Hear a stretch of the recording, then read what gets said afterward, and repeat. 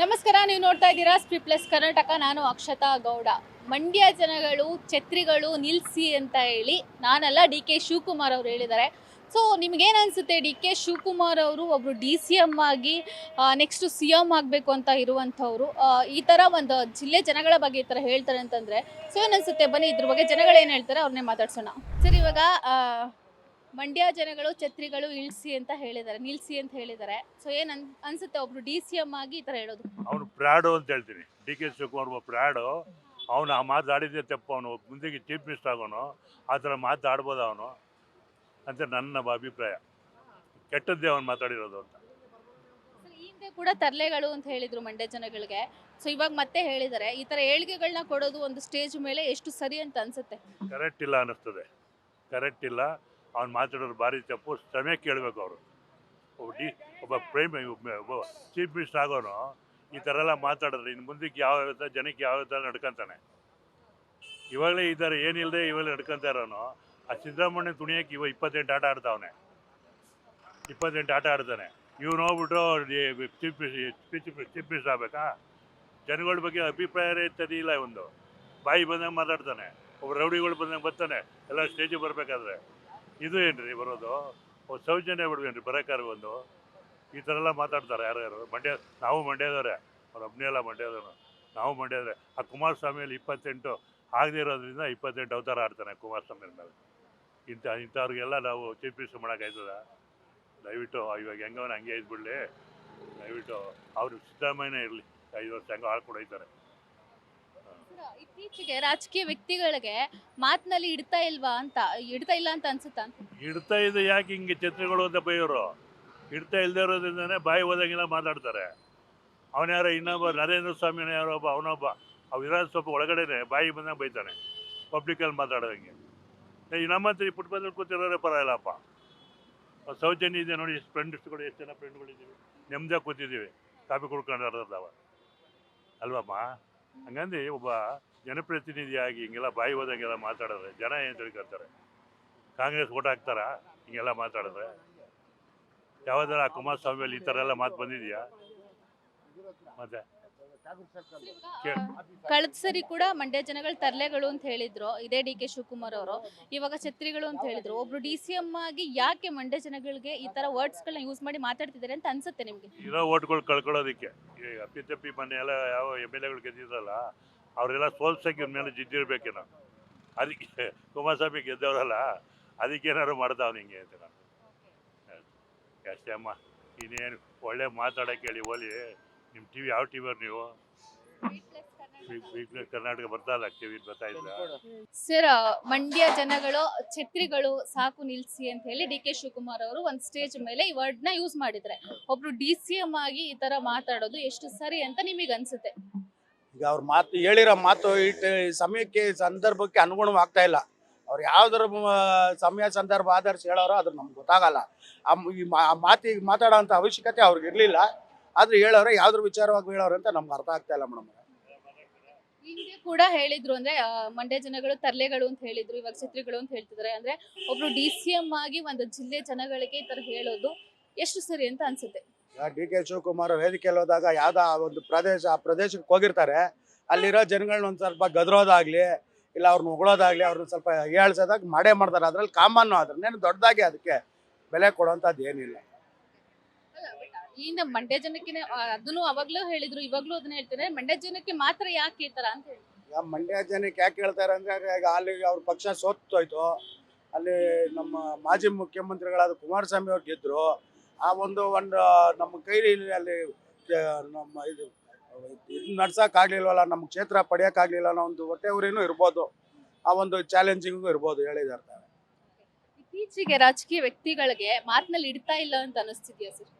ನಾವು ಅಷ್ಟು ಹೇಳೋಷ್ಟು ದೊಡ್ಡ ಮನುಷ್ಯಲ್ಲ. ನಮ್ಮ ಅಣ್ಣವ್ರು ಹೇಳ್ದಂಗೆ ಅವರು AC ಫ್ಯಾನು ಸದನದಲ್ಲಿ ಕುತ್ಕೊಂಡು ಅವ್ರು ಆಡೋ ಮಾತುಗಳಿಗೆ ಅವ್ರು ವಿದ್ಯಾವಂತರು ಅವಿದ್ಯಾವಂತರು ಅದು ನಮಗೂ ಗೊತ್ತಾಗಲ್ಲ. ವಿದ್ಯಾವಂತರಾದವ್ರು ಆ ಥರ ಎಲ್ಲ ಮಾತಾಡಲ್ಲ. ನಮ್ಮ ಅಣ್ಣ ಈಗ ಅಂದರು ಅವನಿಲ್ಲೇ ಬಾರೋ ಹೋಗಲ್ಲೇ ಜಮೀರು ಅಮೀರು ಅವ್ನು ಯಾರಲ್ಲ ಕೂತ್ಕೊಂಡು ಸದನದೊಳಗೆ ಹೋಗೋದು ನಮಸ್ಕಾರ ಹೊಡಿಯೋದು ಬಸ್. ನೀನು ಮೊನ್ನೆ ಯಾರೋ ಒಂದು ಮಾತು ಹೇಳಿದ್ರು, ನೀನು ಯಾವುದೋ ನಾನ್ ಸೆನ್ಸ್ ಅಂದಿದ್ದಕ್ಕೆ ನೀನು ಸೆನ್ಸ್ಲೆಸ್ ಅಂತ ಇವನೇನೋ ಉಲ್ಟಾ ಹೇಳೋನೆ. ಇದೆಲ್ಲ ಮಿಡ್ಲ್ ಕ್ಲಾಸ್ಗಳು ಮಾತಾಡೋ ಹೊರಡ್ತಾರ ಇದೆ. ಸೆನ್ಸ್ಲೆಸ್ಸು ನಾನ್ ಸೆನ್ಸ್ ಎಲ್ಲ ಮತ್ತೆ ಇದರಲ್ಲಿ ವಿಧಾನಸೌಧದಲ್ಲಿ ನಡೆಯೋ ಮಾತುಗಳು ನಡೆಯುವಾಗ ಅವ್ರು ವಿದ್ಯಾವಂತರು ಅವಿದ್ಯಾವಂತರು ಅದೊಂದು ಗೊತ್ತಾಗಲ್ಲ ಮೇಡಮ್. ನಮ್ಮ ಅಣ್ಣವ್ರು ಅಂದರು ಕಾಮನ್ ಆಗಿ ನಾವು 4 ಜನ ಒಂದು ಕಾಫಿ ಟೀ ಹೋಟ್ಲ ಹತ್ರ ಸೇರೋರೆ ಅನ್ಯೂನ್ಯತೆಯಿಂದ ಡೀಸೆಂಟಿಯಾಗಿ ಮಾತಾಡ್ತೀವಿ. ಅವ್ರ ವಿಧಾನಸಭೆಯಲ್ಲಿ ಕೂತ್ಕೊಂಡು ಅದು ಏನು ಮಾತುಗಳು ಮಾತಾಡ್ತಾರೋ ನಾವು ಹೇಳ್ಬಾರ್ದು ಮೇಜ್ಗೆ ಅಷ್ಟೇ ಎಲ್ಲ ಆ ಥರ ಮಾತುಗಳನ್ನ ಅವ್ರು ಮಾತಾಡ್ತಾರೆ. ಡಿ ಕೆ ಶಿವಕುಮಾರ್ ಅವರು ಮಂಡ್ಯ ಜನಗಳಿಗೆ ಛತ್ರಿಗಳು ಅಂತ ಹೇಳಿದ್ರು. ಒಬ್ರು DCM ಆಗಿ ಈ ತರ ಹೇಳಿಕೆಗಳನ್ನ ಅಂದ್ರೆ ಒಂದು ಸ್ಟೇಜ್ ಮೇಲೆ ಈ ತರ ಮಾತಾಡೋದು ಎಷ್ಟು ಸರಿ ಅಂತ ಅನ್ಸುತ್ತೆ? ಮೇಡಮ್ ಡಿ ಕೆ ಶಿವಕುಮಾರ್ ಅವರು ಅವ್ರ ವಿಷಯದ ಬಗ್ಗೆ ಏನು ಅಂದರೆ ಅವರು ದೊಡ್ಡ ಮನುಷ್ಯ, ಒಳ್ಳೆ ಗುಣ, ಒಳ್ಳೆ ಇದ್ದಾರೆ ಅವರು. ಆದರೆ ಆ ಸನ್ನಿವೇಶದೊಳಗೆ ಏನು ಅಂದಿರ್ತಾರೆ, ಅವರು ಅಂದ್ಬಿಟ್ಟಿರ್ತಾರೆ. ಅಂದ್ಬಿಟ್ಟಾಗ ರೈತರುಗಳ ವಿಷಯದ ಬಗ್ಗೆ ಏನೋ ಆ ಟೈಮಲ್ಲಿ ಬೇಜಾರಾಗ್ತೈತೆ ಅವ್ರಿಗೆ. ಬೇಜಾರಾದ್ರೂ ಏನಾಗ್ತೈತೆ ಅಂದರೆ ಎಲ್ಲ ಅಡ್ಜಸ್ಟ್ ಮಾಡ್ಕೋಬೇಕಾಗ್ತದೆ. ಯಾಕೆಂದರೆ ಅವ್ರು ಏನೋ ಒಬ್ಬರಿಗೋಸ್ಕರ ಏನು ಅನ್ನಕ್ಕೆ ಹೋಗಿಲ್ಲ, ಜನರಲ್ಲಾಗಿ ಅಂದ್ಬಿಟ್ಟಿದ್ರು. ಎಲ್ಲ ಕಡೆ ಹಂಗೆ ಮಾತಾಡ್ತು. ಇವಾಗ ಏನಾಗ್ತೈತೆ ಅಂದರೆ ಸ್ಪೀಚ್ ಮಾಡಬೇಕಾದ್ರೆ ಒಂದೇ ರೀತಿ ಮಾತಾಡೋಕ್ಕಾಗಲ್ಲ.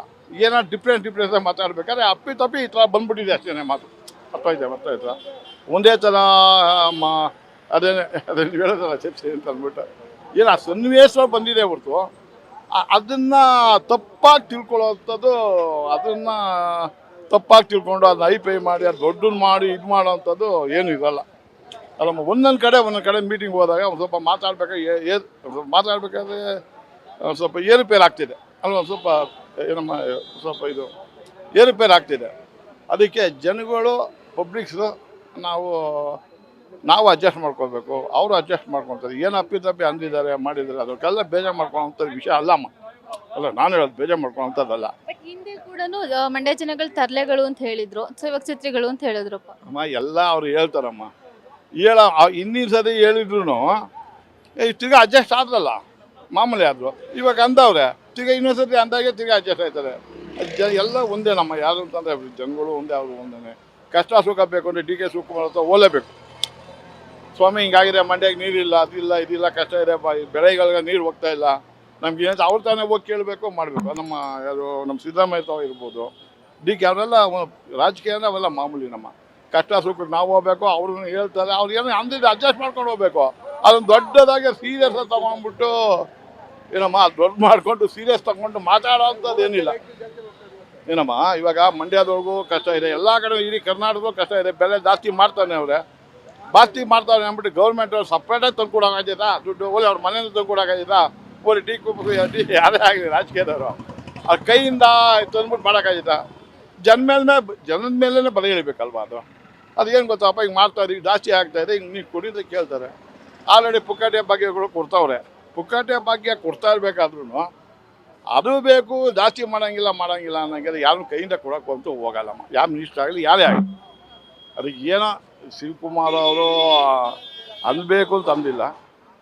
ಎಷ್ಟು ಎಲ್ಲ ಕಡೆ ಏನೋ ಸ್ವಲ್ಪ ಮಾತಾಡ್ಬೇಕಾದ್ರೆ ಎದ್ವತ್ತಲ್ವ ಆಗ್ತವೆ. ಇವಾಗ ನಾನು ಮಾತಾಡ್ಬೇಕು ಎದ್ವತ್ತಲ್ವ ಆಗಿದೆ, ಅಡ್ಜಸ್ಟ್ ಮಾಡ್ಕೊಂಡು ಹೋಗ್ಬೇಕು. ಇವಾಗ ನೋಡಿ, ಇವಾಗ ಬೈದ್ಬಿಟ್ಟು ಇವಾಗ ಸಾಮಾನ್ಯ ಜನಗಳಿಗೂ ಒಬ್ರು DCMಗೂ ತುಂಬಾ ಡಿಫ್ರೆನ್ಸ್ ಇರುತ್ತೆ. ಸೊ ಅವರು ಒಂದೊಂದು ಮಾತು ಕೂಡ ಅವರು ಯೋಚನೆ ಮಾಡೇ ಮಾತಾಡ್ತಿರ್ತಾರೆ. ಒಂದು ಸ್ಟೇಜ್ ಮೇಲೆ ಆತರ ಮಾತಾಡೋದು ಎಷ್ಟು ಸರಿ ಅಂತ ಅನ್ಸುತ್ತಲ್ವಾ? ಕರೆಕ್ಟ್ ಅಮ್ಮ ಹೇಳಿದ್ದು. ಅವ್ರು ಯೋಚನೆ ಸ್ಟೇಜ್ ಮೇಲೆ ಬಂದ ಮೇಲೆ ಒಬ್ಬೊಬ್ಬರಿಗೆ ಸಾವಿರಾರು ಜನ ಕೂತಿದ್ದಾಗ ಇವಾಗ ನಾವು ಒಂದು ಇಬ್ಬರು ಮಾತಾಡ್ಬೇಕಾದ್ರೆ ಒಂದು ಸ್ವಲ್ಪ ದೇಹ ಬಂದಿದೆ. ಒಂದು 50 ಜನ ಮಾತಾಡಬೇಕು, ಒಂದು ಸ್ವಲ್ಪ ಸಾವಿರಾರು ಜನ ಮಾತಾಡ್ಬೇಕಾದ್ರೆ ನಾವು ಸ್ವಲ್ಪ ಮಾತು ಸ್ವಲ್ಪ ಏರುಪೇರು ಆಗ್ತಿದೆ. ಅದಕ್ಕೆ ರೈತರನ್ನ ಅಡ್ಜಸ್ಟ್ ಮಾಡ್ಕೋಬೇಕು, ಇವರು ಅಡ್ಜಸ್ಟ್ ಮಾಡ್ಕೋಬೇಕು. ಒಂದು 5 ವರ್ಷ ಕಾಂಗ್ರೆಸ್ನ ಹಿಂಗೆ ಮುಂದುವರ್ಕೊಂಡು ಹೋದ್ರೆ ಇನ್ನೂ ಒಳ್ಳೆಯದೇ ಅನಿಸ್ತೈತೆ. ಅದು ಎಲ್ಲರಿಗೂ ಅನುಕೂಲ ಮಾಡ್ಕೊಳ್ತವ್ರೆ, ಯಾರಿಗೂ ಏನು ತೊಂದರೆ ಕೊಟ್ಟಿಲ್ಲ. ನೋಡಿ ಮೇಡಮ್ನವ್ರೆ, ಎಲ್ಲ ರೇ ಒಂದು ನಿಮಿಷ, ಪುಕ್ಕಾಟೆ ಭಾಗ್ಯ ಹಾಕಿದ್ದು ಇಟ್ಕೊತೀರ ನೀವು? ಪುಕ್ಕಾಟೆ ಭಾಗ್ಯ ಬೇಡ ಆದ್ರೆ ನೀವು ಎಲ್ಲ ಅನುಕೂಲ ಬೇಕು ನಿಮ್ಗೆ. ಏನಂದ್ರೆ ನೀವು ಮಂಡ್ಯದವರು ಛತ್ರಿಗಳು ನೀವು ಇಳಿಸಿ ಅಂತ ಹೇಳಿ ನಾನೆಲ್ಲ ಡಿ ಕೆ ಶಿವಕುಮಾರ್ ಅವರು ಹೇಳಿದ್ದಾರೆ. ಸೊ ಏನ್ ಅನ್ಸುತ್ತೆ ಒಬ್ರು DCM ಆಗಿ ಒಂದು ಜಿಲ್ಲೆ ಜನಗಳಿಗೆ ಈ ತರ ಹೇಳೋದು? ಏನು ಮಂಡ್ಯ ಎಲ್ಲ MLA ಕ್ಷೇತ್ರನೂ ಕಾಂಗ್ರೆಸ್ ಅವ್ರಿಗೆ ಪಕ್ಷಕ್ಕೆ ಕೊಟ್ಟು ಇವತ್ತು ಈ ಜನನ ಮುಟ್ಟಾಳ ಮಾಡಿದ್ದಾರೆ. ಅಟ್ಲೀಸ್ಟು ಒಬ್ಬ ವೋಟರ್ಸ್ಗೆ ಮರ್ಯಾದೆನೇ ಕೊಡಕ್ಕೆ ಬರ್ದೇ ಇರೋರು ಇವತ್ತು ಡಿಸೆಂಟ್ ಸ್ಥಾನ ಇದ್ದಾರೆ. ಓಪನ್ ಆಗಿ ಮಂಡ್ಯದಲ್ಲಿ ನಿಂತ್ಕೊಂಡು ಮಂಡ್ಯ ಜನತೆಗಳಿಗೆ ಛತ್ರಿಗಳು ಅನ್ನೋ ತಾಕತ್ತು ಅವರಲ್ಲಿ ಇದೆ ಅಂದರೆ ಆ ಸ್ವಾತಂತ್ರ್ಯ ಕೊಟ್ಟವರೇ ವೋಟರ್ಸ್. ಈಗ ಅದು ತಕ್ಕ ಫಲ ಮಂಡ್ಯ ಅನುಭವಿಸಿದ್ದಾರೆ. ಆಗ ಏನು ಹೇಳ್ತೀವಿ ಅಂದರೆ ಮಂಡ್ಯ ನನಗೆ ಸ್ವಾಭಿಮಾನ ಇದೆ ಅಂತ ಯಾವಲ್ಲೂ ಹೇಳ್ತಾ ಇರ್ತಾರೆ. ನೋಡೋಣ ನೆಕ್ಸ್ಟು ಜಿಲ್ಲಾ ಪಂಚಾಯತಿ ಇದು ಬರುತ್ತೆ, ಅಲ್ಲಿ ಸೋಲಿಸ್ತಾರ ಗೆಲ್ಸ್ತಾರದ, ಅಲ್ಲೂ ಅವ್ರನ್ನ ಗೆಲ್ಸಿದ್ರೆ ಅವ್ರು ಹೇಳಿ ಮತ್ತೆ ನಿಜ ಆಗತ್ತೆ. ಏನು ಡಿ ಕೆ ಶಿವಕುಮಾರ್ ಹೇಳಿ ಮತ್ತೆ ನಿಜ ಆಗತ್ತೆ. ಅವ್ರನ್ನ ಅಂದ್ರೂ ಗೆಲ್ಸಿದ್ರೆ, ಕಾಂಗ್ರೆಸ್ನವ್ರು ಅಂದ್ರೂ ಗೆಲ್ಸಿದ್ರೆ, ಜಿಲ್ಲಾ ಪಂಚಾಯತ್ ಗೆಲ್ಸಿದ್ರೆ ಆ ಮತ್ತೆ ನಿಜ ಆಗತ್ತೆ, ಅದು ಪ್ರೂವ್ ಆಗುತ್ತೆ. ಇನ್ನೊಂದೇರೆ ಇವಾಗ್ಲೂ ನಾವು ಮಂಡಿ ಭಾಳ ಜನ ಆಗಿ ನಾವು ಹೇಳೋದಂದರೆ ಇವಾಗಲೂ ಅವರು ಮಂಡ್ಯ ಕ್ಷೇತ್ರಕ್ಕೆ ಬಂದು ಕ್ಷಮಾಚನೆ ಕೇಳೋದು ಜನಗಳಿಗೆ. ಇವತ್ತು ಅಷ್ಟು ಜನ ನಮ್ಮಲ್ಲಿ ನಂಬಿಕೆ ಇಟ್ಟು ವಿಶ್ವಾಸ ಇಟ್ಟು ಗೆಲ್ಸೋರೆ. ಅದಕ್ಕಾದರೂ ಗೌರವ ಕೊಟ್ಟು ಬೆಲೆ ಕೊಟ್ಟು ಅವರು ಮಂಡ್ಯ ಕ್ಷೇತ್ರಕ್ಕೆ ಬಂದು ಓಪನ್ ಆಗಿ ಯಾವ ಸ್ಟೇಜ್ ಮೇಲೆ ಅವ್ರ ಜನಗಳ ಛತ್ರಿಗಳು ಅಂತಂದ್ರು ಆ ಸ್ಟೇಜ್ ಮೇಲೆ ನಿಂತ್ಕೊಂಡೆ ಅವರು ಕ್ಷಮೆ ಕೇಳಬೇಕು. ಈ ಹಿಂದೆ ಕೂಡ ಏನು ಮಂಡ್ಯ ಜನಕ್ಕೆ ಹೇಳಿದ್ರು ಅವರು, ನೀವು ತರ್ಲೆಗಳ ಥರ ಅಂತ ಹೇಳಿದ್ರು ಮಂಡ್ಯ ಜನಕ್ಕೆ, ಇವಾಗ ಛತ್ರಿಗಳು ಅಂತ ಹೇಳ್ತಾರೆ. ಪದೇ ಪದೇ ಯಾಕೆ ಅವರು ಮಂಡ್ಯ ಜನಗಳಿಗೆ ಇಷ್ಟು ಈ ಥರ ವರ್ಡ್ಗಳನ್ನ ಯೂಸ್ ಮಾಡ್ತಾ ಇದ್ರು ಅಂತ ಅನ್ಸುತ್ತೆ ಮೇಡಮ್. ಅವರು ಮಂಡ್ಯ ಜನಗಳಿಗೆ ಒಬ್ರಿಗೆ ಅಂತಲ್ಲ, ಅವರು ಎಲ್ಲಾರನ್ನೂ ಅವ್ರ ನೋಡೋ ರೀತಿ ಮಟ್ಟ ಅದು ಅದೇನಂತಾರೆ, ಬೆಳೆದ ಮೇಲೆ ನಾವು ನಮ್ಮನ್ನು ನೋಡೋರು ಯಾರು ಹಿಡಿಯೋರು ಅನ್ನೋ ಕತೆ ಅದು. ಅವ್ರು ಯಾವಲ್ಲ ಅದೇ ಥರ ಮಂಡ್ಯ ಜನಕ್ಕೆ ಒಬ್ರಿಗೆ ಅಂತಲ್ಲ ಮೇಡಮ್. ಈಗ ಅವ್ರು ಕರ್ನಾಟಕ ಜನಗಳಿಗೆ ಯಾರು ಮರದಿ ಕೊಟ್ಟಾರ ಹೇಳಿ? ನೀರಿಂದು ಏರ್ಸ್ಬೇಕಾದ್ರೆ ಹೇಳಿದ್ರು, ಅದು ಯಾರು ಏನಾರ ಮಾಡ್ಕೊಳ್ಳಿ ನಾನು ಏರ್ಸ್ತೀನಿ, ಯಾರು ಏನು ಮಾಡ್ಕೊಳ್ತಾರೆ ಅಂತ ಒಪ್ಪನ ಹೇಳಿದರು. ಮತ್ತು ಅವರು ಬಂದು ಆಗಿ ಅದೆಲ್ಲ ಮೇಡಮ್, ಮಾಜಿ ರೌಡಿ ಶಿಷ್ಯ ಅಲ್ಲ ಮೇಡಮ್. ಅವ್ರ ಹತ್ರ ನಾವು ಏನು ಎಕ್ಸ್ಪೆಕ್ಟ್ ಮಾಡೋಕ್ಕಾಗತ್ತೆ ಹೇಳಿ? ಏನಂದರೆ ಓಟ್ ಹಾಕಿರೋ ಜನ ಛತ್ರಿಗಳು, ಓಟ್ ಹಾಕಿದ ಜನ ಮುಟ್ಟಾಳರು, ಓಟ್ ಹಾಕಿದ ಜನ ತರ್ಲೆಗಳು. ಅಧಿಕಾರ ಕೊಟ್ಟಿರಾ ಅವ್ರು ಅನುಭವಿಸ್ತವ್ರೆ, ನೀವು ಅನುಭವಿಸ್ತಾ ಅನುಭವಿಸಿ ಅಷ್ಟೇ ಮೇಡಮ್, ಬೇರೆ ಏನಿಲ್ಲ ಅದರಲ್ಲಿ. ಈಗ ಇನ್ನು 3 ವರ್ಷ ಇದೆ, 3 ವರ್ಷ ಅದೇ ಹುಚ್ಚುಳ್ ಮದುವೆಯಲ್ಲಿ ಉಂಡೋನೆ ಜಾಣ. ಅವ್ರು ಉಣ್ತವ್ರೆ, ನೀವು ಉಣಿಸ್ಕೋತಾ ಅಷ್ಟೇ ಜೀವನ. ನೋಡಿದ್ರೆ ರಾಜಕೀಯ ವ್ಯಕ್ತಿಗಳಿಗೆ ಮಾತಿನಲ್ಲಿ ಇಡ್ತಾ ಇಲ್ವಾ ಅಂತ, ಯಾಕಂದ್ರೆ ಹೇಗ್ ಬೇಕಂದ್ರೂ ಹಾಗೆ ಮಾತಾಡ್ಬೋದು ಅನ್ನೋ ಥರ ಆಗ್ತಿದ್ಯಾ ಅಂತ ಹೇಳಿ.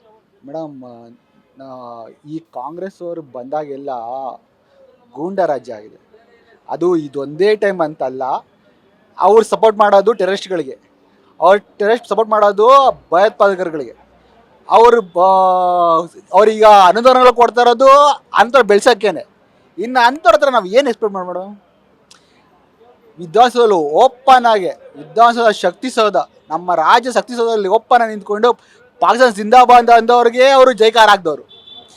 ಪಾಪ CT ರವಿ ಅಲ್ಲಿಂದ ಪ್ರೆಸಿಡೆಂಟ್ ತಿರ್ಗಿಸ್ಬಿಟ್ಟು ಅವನ ಮೇಲೆ ನೈಟ್ ಮರ್ಡರ್ ಮಾಡೋಕೆ ಪ್ಲ್ಯಾನ್ ಮಾಡೋ ಸರ್ಕಾರ ಅದು. ಒಬ್ಬ MLCನ ನೈಟು ಕಬ್ಬಿನ ಗದ್ದೆಯಲ್ಲಿ ರೋಡಲ್ಲಿ ಬೆಳಗಿನ ಜಾವವರೆಗೂ ನಿದ್ದೆ ಮಾಡದೆ ರೋಡೆಲ್ಲ ಅಲಸಿರೋ ಅಂಥ ಸರ್ಕಾರ ಇದು. ಇನ್ನೇನು ಎಕ್ಸ್ಪೆಕ್ಟ್ ಮಾಡೋಕ್ಕಾಗುತ್ತೆ ಮೇಡಮ್? ಯಾರೋ ಒಬ್ಬರಾದರೂ ಒಳ್ಳೆ ಮಾತಾಡ್ತಾ ಇದ್ರೆ ಕೇಳೋಣ. ಏನಿಲ್ಲ, ಇದು ರಾವಣ ರಾಜ್ಯ ಇದೆಯಲ್ಲ, ಅದು ಆಗಿದೆ, ಅನ್ಭವಿಸೋಕೆ